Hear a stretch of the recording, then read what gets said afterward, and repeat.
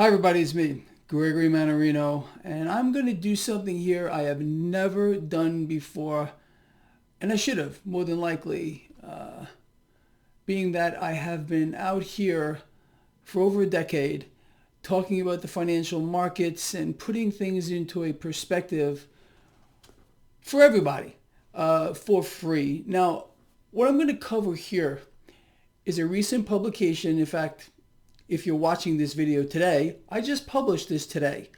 100% free for you. I am going to narrate or read the entire script here for you. And this transcends just getting yourself out of debt. I'm going to talk about things here that will more than likely shock and probably surprise you at the end of this video. Now, if you want a hard copy or like this of what I'm going to narrate here, I'm going to place a link right down here in the description of this video. It's a free download. So you can choose to watch this video, listen to it several times, let it sink in. I'm going to break this down step by step. Can't be easier for you. How you can become debt-free and live a completely different life. There's no secret to this, honestly, and that's why I'm putting this out here and now to outline for you how simple it is. I don't care where you come from, how much cash you make, what you got in the bank, or even how much debt you owe. I'm going to let you in on a tremendous secret, and it's all right here. So let's get started. And here we go. Break the chains of debt. Just imagine for a moment not owing money to anyone. Trust me, it's a great feeling. And I want you to feel that way all the time. It's the truth. Breaking the chains of debt is freeing yourself from a terrible form of indentured servitude. When we are in debt, we become slaves to servicing that debt for years, as well as paying multiples on the initial principal. And this, my friend, is a surefire way to stay broke for life. And I don't want that for you, or anybody for that matter. Now, I'm not talking about a home loan, a car loan, or a student loan. Each of these types of loans fall into a totally different type of debt, and these are not necessarily bad. However, I would consider every type of unsecured debt as bad debt, in the sense that these types of loans, like a credit card, or a personal loan that is not secured, these types of loans can never create equity or wealth over time, unless, of course, a loan of this type is used to buy an asset which can be sold for a profit. This is pretty rare, However, it is these types of loans, unsecured, which we can easily get out from under. And that is what this chapter is all about. And I go on to say, truthfully, I love this stuff. And even if the credit card companies and banks would offer me cash to not put out something like this, I wouldn't accept it, unless, of course, it were a real lot of money. I'm kidding. So I go on to say, I have heard some people say that money is the root of all evil. However, I would say being in debt due to the lack of money is the root of all evil. Having wealth is comfortable, and I'm not going to lie about it. I enjoy having money and being able to acquire assets. And the truth is, people do not need a lot of cash. They just need enough to cover bills comfortably without having to struggle. But not having enough for your expenses, it can be devastating across the board. So, what's our plan? We're going to fix all this. We're going to fix this like you have no idea. It's the truth. It's not hard. Simple. Our plan for getting you debt-free involves a straightforward strategy. And I'm going to begin to outline it for you now. First, I want you to gather all your unsecured debt together, whatever credit cards you may owe or unsecured, not connected to a house or a car or a student loan. Gather all of it together, all of it, and just put it in a big pile in front of you, okay? Now, I want you to obtain statements from all your accounts, and I want you to now place all of these accounts like this. From the smallest, in other words, the amount you owe the least, all the way on the left, to the amount you owe the most, all the way on the right, okay? Lowest to highest. Whether it's 1, whether it's 3, however many accounts you have, I want you to line them up from lowest to highest, okay? What we're going to do here is tackle the smallest accounts first, and I'm going to tell you why. If you begin to get a handle on this and start to see progress, it will be an emotional boost for you beginning today. Okay, here we go. Beginning today, you are not going to stop paying these bills. No. What you're going to do each month is send $5 to every single one of these creditors. You got it? You're going to send them $5, and that's all. Okay? So the next time your bill arrives, regardless of what the bill is for, you're going to send them $5. And you're going to do this for all your accounts across the board. This serves two purposes. And the first is this. It is a good faith offering to the lender, which keeps you from becoming an enemy of that said lender. Keeping a relationship with the lender is important. And we'll go over more on this why later. The second purpose is in sending the lender a good faith payment. It will keep you out of trouble. What I mean by this is simple. If you cut off all communication with the lender and do not at least make a good faith payment, the lender can and often will win a judgment against you in a court of law for the amount you owe or the line of credit in total. If this happens, you will then be forced to pay the loan in total. We don't want to do that. We're going to do what the banks do. Banks renegotiate their debt all the time. We all know this. It's common knowledge. But you're not supposed to know that you are legally allowed to renegotiate your own debt. It's a big secret. It's a big freaking secret. But I'm going to let you in on it right here and now. Yes, you are legally allowed to renegotiate your own debt. You do not have to pay what you've borrowed. Anyway, a lot of this is predatory. You know that.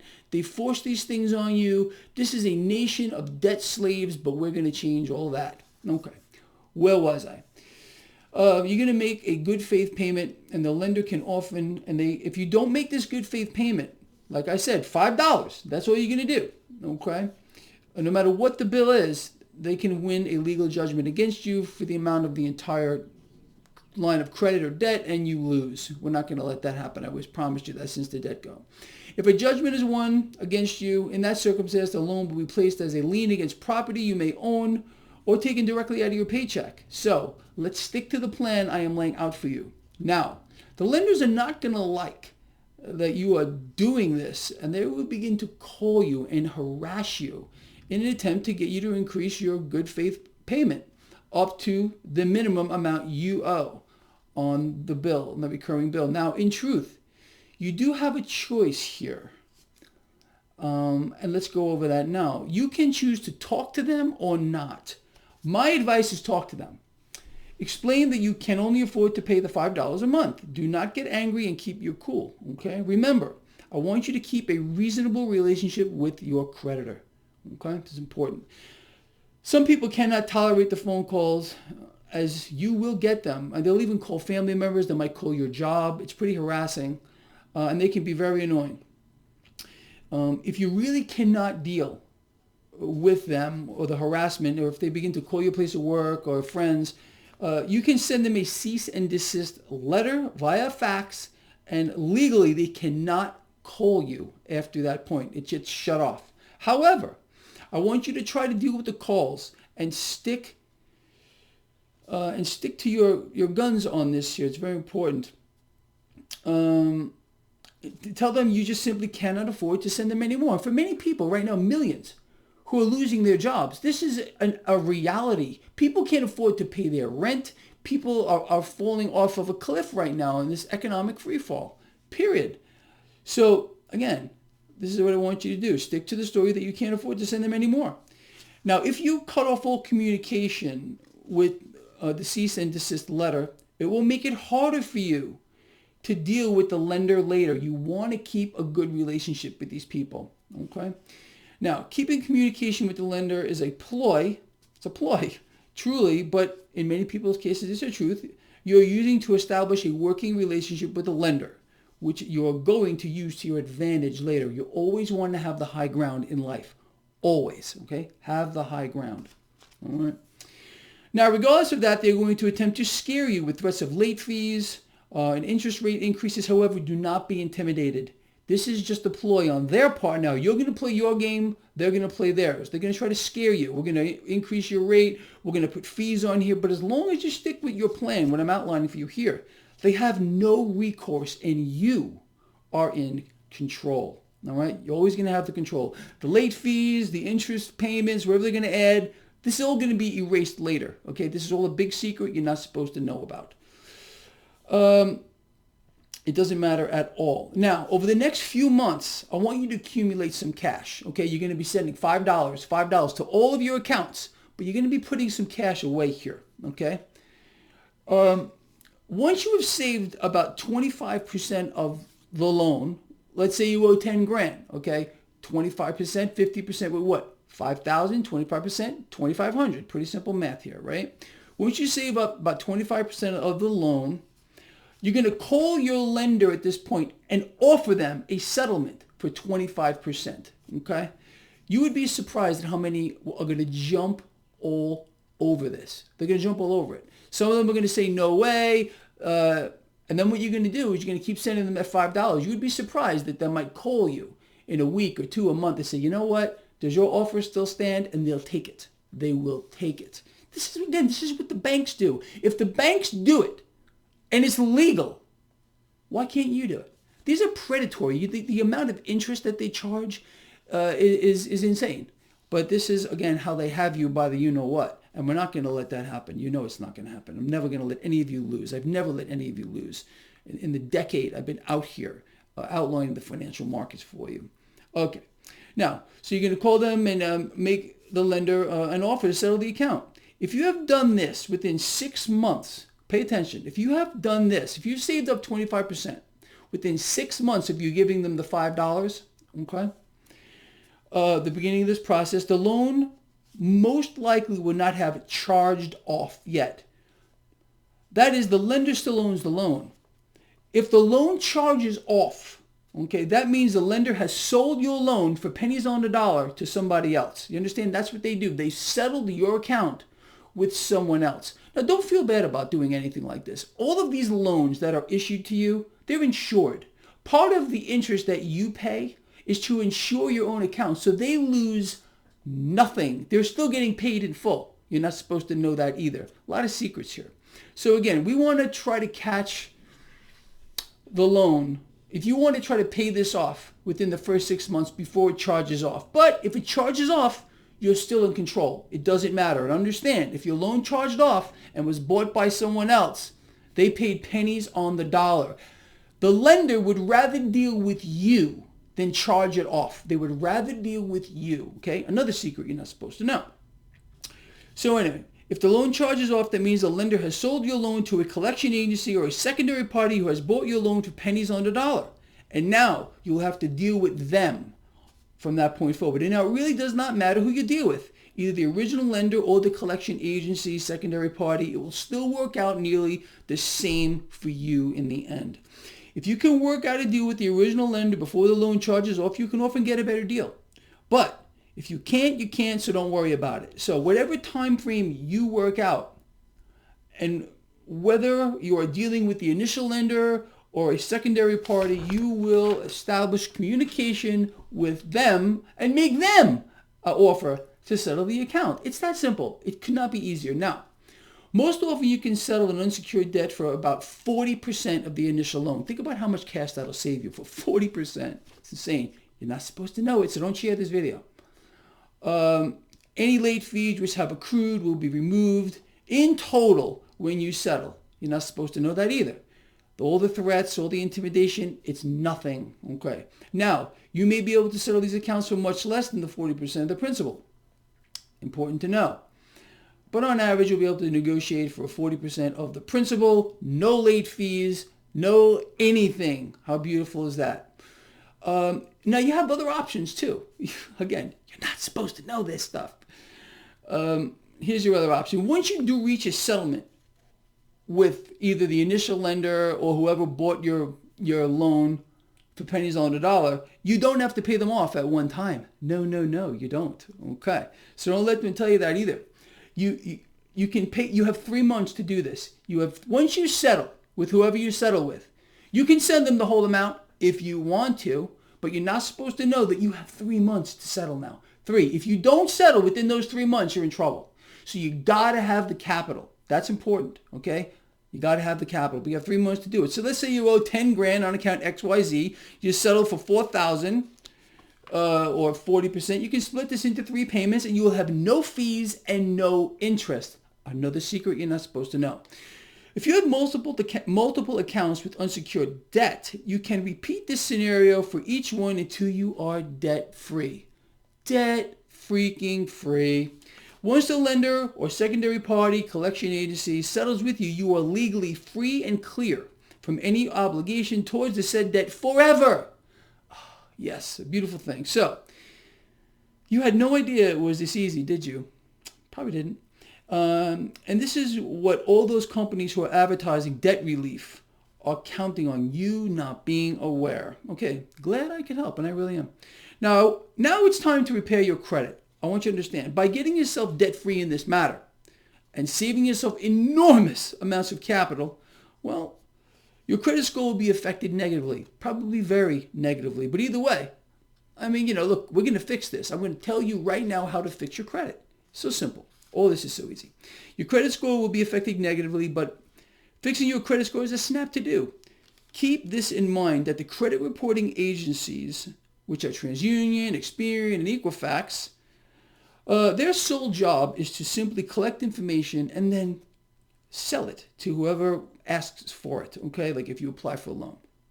These credit reporting agencies do not care if the information which they collect is accurate. They don't give a damn, okay? They just report it. They want to collect their fee.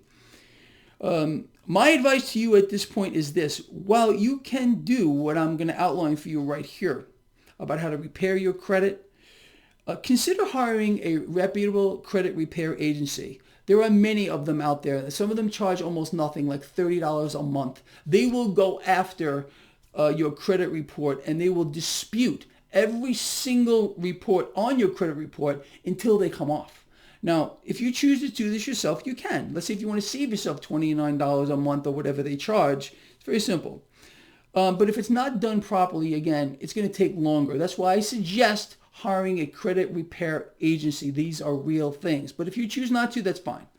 Now, here's how you can repair your own credit. Again, this is all in this. You can download this for free. There's a link in the description of this video. Here's how it works. Again, you can do it by yourself, but I don't recommend it. You obtain your own credit report. And this can be done easily. Several sources will do this online for you for free. So if you decide to do this on your own, what you're going to do is simply dispute each negative comment which we place there, as each of the lenders you have settled with will report something negative on your credit report. You're just going to dispute each one. These will show up as charge-offs or settled for less than the full amount, late payments, and other negative things. Doesn't matter. You are simply going to write a letter to each credit reporting agency stating that the information is inaccurate. The agencies, by law, must now investigate your claim, and this is how they do it. They contact this said lender, whoever put down, or the charge-off people, whoever it might be who was reporting the negative information on your credit report. Whether or not the information is correct doesn't even matter at this point. If the agency does not hear back from the lender within 90 days, it automatically gets removed from your credit report. You heard right. They have 90 days to figure out whether the information on your credit report is real or not. If after 90 days they hear nothing, boom, it disappears. And guess what happens? Up goes your credit score. Okay. It's that simple. You can repeat this over and over until the negative item is eventually removed. Now, there is a pattern to this. And again, if you get the quickest result, the pattern must be followed. This is why I suggest, again, final time, hiring a credit repair agency, but you don't have to. Most of these agencies are legit and will help you repay your credit, and the price is well worth the cash. All right, now one more thing. Come tax time, I want you to consider this. You'll receive a statement from your now previous lenders, or creditors, which will detail your discharge debt. What this represents is the amount of cash which was removed from your debt. For example, let's say you had a $5,000 balance which was settled for $2,000. Uncle Sam now counts that difference as income, so you have to pay tax on the $3,000. You understand? But you still save an insane amount of cash by doing this. Anyway, overall, like I said, you save yourself thousands of dollars. Heck, maybe I should charge for this, huh? What do you think? No. I am the Robin Hood of Wall Street, and I will always keep you ahead of the curve. From here, if you're watching this video, all my work, take advantage of it. So let's move forward here. Now that you're finally out of debt, now what? You're going to reprogram your brain to think like a successful and prosperous person does. And this is not an easy thing to do, because like most Americans, since a very early age, your thought process has been hardwired to be average. You don't want to be average, do you? No, of course you don't. Who wants to be average? I don't want to be average. I don't consider myself average at all. And I don't want you to consider yourself as average either, which is the opposite of a successful or prosperous person. Your brain has been trained to conform and live your life as an average person does. Well, that virtually assures that you will remain average. And I don't want you to be average, like I said. In the past, being an average American was not such a bad thing, but today is a totally different animal. Today, 44% of the population of the United States receives some type of government assistance, and this number has gone up since I published this initially. This is part of something else I did a while back. I just kind of retuned it for today. Okay, now, 44% of the population of the United States receives some type of government assistance, and this is simply ridiculous. The average person has little to no net worth. And if this person were to lose his or her job, at best, they could survive 1.5 months off of any acquired savings.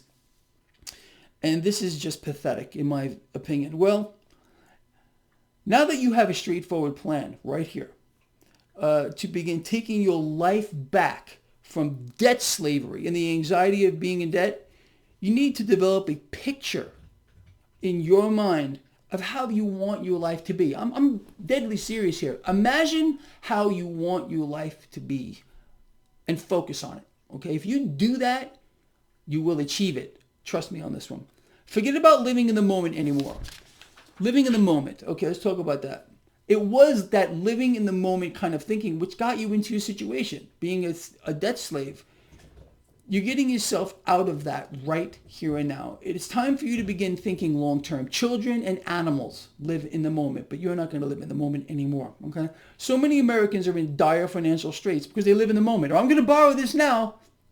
No, you got to think down the line a little bit here. A successful person almost never lives in the moment. Their mental world is expansive and is multi-dimensional. Bear with me on that. The simplest way to show you an example of how an average and unsuccessful individual goes through life is this. Watch the way they walk through a public place, even yourself. Pay attention here. Sounds crazy? Okay. Allow me to explain. The average adult walks with their head pointed in one direction, with their eyes fixated on one thing, rarely looking at anyone or anything as they plow through life. This is honestly the trademark of an unsuccessful person. They seem oblivious to their surroundings. In contrast, a successful person who is master of his or her domain, they never do this. They never do this. He or she will walk through a room or wherever they're walking through, constantly observing, listening, making brief eye contact with people in their environment, the environment that successful person is taking control of, okay? You can't control anything if you're walking through time and space blind like a zombie. You take control of your environment by observing what's going on, listening, seeing what's around you, okay? Connecting with people as you walk through life, maybe even saying hello. This is how you own the moment. You understand? Okay. little things I'm throwing in here for you. Perhaps smiling at someone, saying hello to people whom you've never met, getting involved in a situation, even if it's just a simple walk. A successful person is engaged with life and knows how to live it. This pattern of behavior pervades every aspect of a successful person's character and therefore bleeds off into everything they do, everything you do. Okay, that's what I want. And into every person they meet. In order for you to rise above that which society expects of you, that is to be a conformer who simply follows and does not lead, drastic changes across the board are going to have to be made by you. And it all begins with an attitude. You must purge yourself of decades of being forced into accepting societal dictation on what you are supposed to be. Average. Forget about it. And forge your own path towards a lifestyle which you desire to achieve.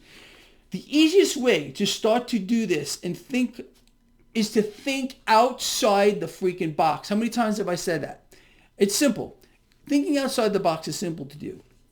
Do the opposite of what everyone else does or thinks, and you're outside the box. The average person is stuffed into a box. You are no longer, after watching this video, ever again going to be average. Understand that? You're forbidden to be average. All right? You got it? All right.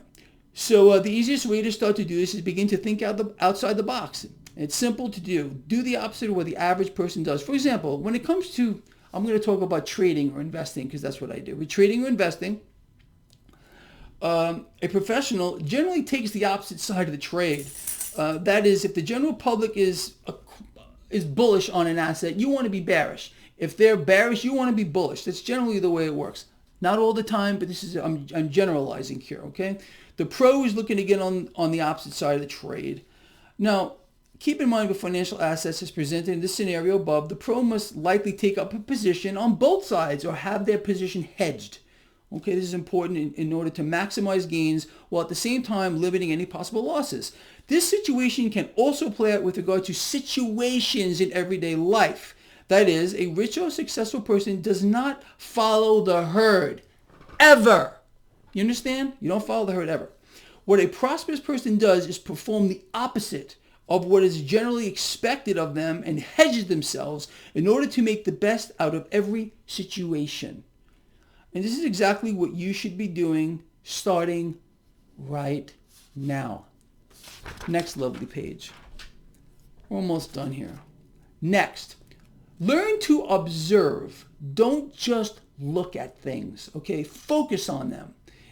Gain knowledge of whatever it is you are looking at and try to think about why it is that that thing, whatever it might have been, caught your attention. In the first place, observation exercises allow your brain to work independently of conscious thought. And after a while of doing this, you will be stunned. I do it all the time. You will be stunned at how such a simple thing, just observing things, will have a profound effect on the way your brain functions and allows you to process information. Starting today, now, okay? It is imperative for you to begin to allow your brain to process unconscious thought. And you will do this by simply observing. Observe things, okay? Next, listen. Learn to freaking listen. I do not care how smart you think you are. In fact, if you believe you are smarter than everybody else, that means you're probably the stupidest person in the room. That's the truth. Me, I never think like that. I realize clearly that I have a lot to learn from every single person I meet. I know for a fact I have stuff I can learn from you. And that's why I can't wait to read the comments of this video. That's the truth. Once you start to listen to people and not just hear them, okay? Once you start to listen to people and not just hear them, very profound statement, okay? An entirely new world is going to open up for you. Next, engage in conversation. Engaging in conversation with people, once you learn the skills of observation and listening, okay, is going to transform you like you cannot believe. You're going to be a new person after this video, beyond any shadow of any doubt. Debt-free too. All right, now, I want you to start asking questions. That's a key, all right? People today don't want to look stupid. So what do? They don't ask questions. In my opinion, I'm reading this. In my opinion, not asking questions is one of the stupidest things anyone can do.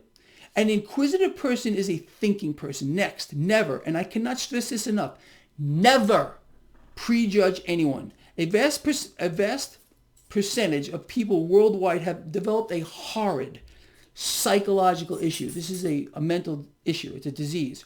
And that is the prejudgment of people based upon a plethora of things. Think about it for a moment. Do you prejudge people? I want you to, as of this moment, cease to do that. Okay. This type of thinking stifles free thought. Free thought, free action, and free movement are your keys to becoming a successful person in life. If you embrace these three things, free thought, free action, and free movement, well, you have no idea the doors that are going to open to you in your life. You have no idea, but you will. There's no doubt about it. All right, so again, don't prejudge anyone. This type of thinking stifles free thought perhaps more than anything else. It is also this type of thinking which places you at a great disadvantage. By cutting yourself off from others, for whatever reason, you are not allowing yourself to grow intellectually. And while others are continuing to develop in this manner, you will be stagnated. It is you, then, who will be prejudged by others and thought of as ignorant. You're not going to be thought of as ignorant, okay? Not going to happen. People isolate you and not want to be involved with you. Is that the kind of life you want to live? No. That's not the life a successful person leads. That's not the life I lead. I can promise you that. If you have a particular issue with a specific type of person, I want you to consider why that is. Then I want you to perform this exercise. I want you to go out, okay? Find a bench somewhere, maybe in a park, anywhere, and locate a person fitting your prejudged profile, okay? Now, locate a person or a group of people who fit into your predetermined mental picture. I want you to sit there and, without being overt, obviously, observe that person or group of people. Then I want you to engage that person or group of people that fit into your predetermined criteria. Engage them. Talk to them. Listen to them and know that person, okay? I know for a fact that after you do these things, you're going to shock yourself and understand why I am telling you right here and right now that prejudgment of anyone, a class, creed, anything of people is not hurting them. It is destroying you from the inside, okay? A successful individual is always seeking to engage and be involved with others at every level. You got that? And create a persona of approachability. You want to be the person that people go to to find out what's happening. You understand? This will set you in such an esteemed place. You have no idea. Being approachable, people find that they're drawn to people like that. And these are the characteristics of a successful person who want to acquire those qualities as well. Let's move on.